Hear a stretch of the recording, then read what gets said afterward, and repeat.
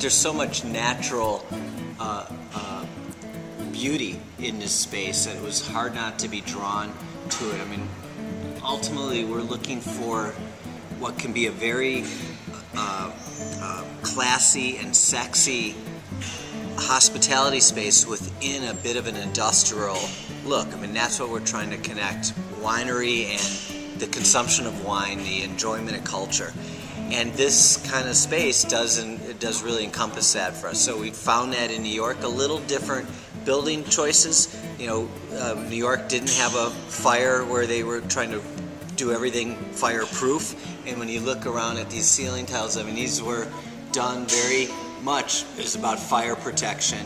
That wasn't necessarily the building material choice in New York in 1874. But I love that. We're going to try and keep the pattern of this ceiling so that you can really see what these material choices were. But again, that lends to our aesthetic, which is industrial meets kind of classy, chic hospitality. Well, poets have had a long history with wine. Philosophers, musicians, bards.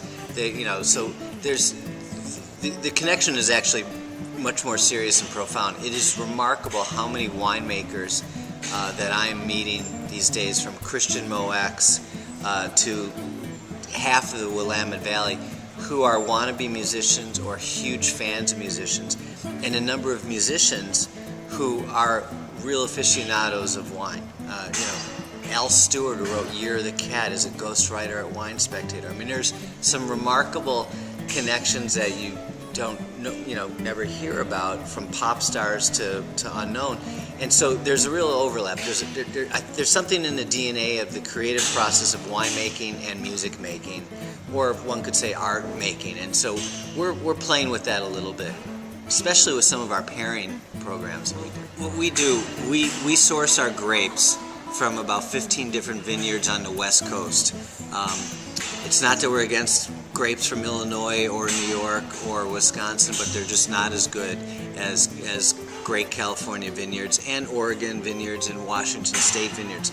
So the luxury of being an urban winery is we go to where terroir is best. So we get Cabernet from Napa Valley.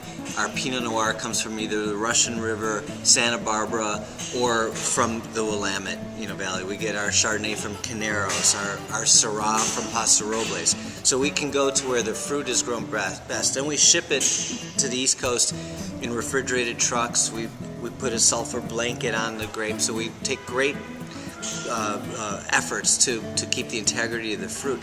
And these trucks for the last 3 vintages now have gone right past Chicago on their way to New York. So stopping off and actually bringing these big baskets of grapes here is something that does make a lot of sense logistically.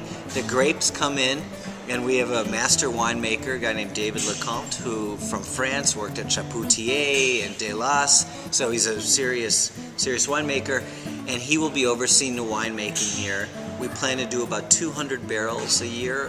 That'll be the capacity here. That's about 4,000 cases, so it's a medium-sized winery. And about half of those will go to members who have a chance to get their hands purple and experience what winemaking is all about.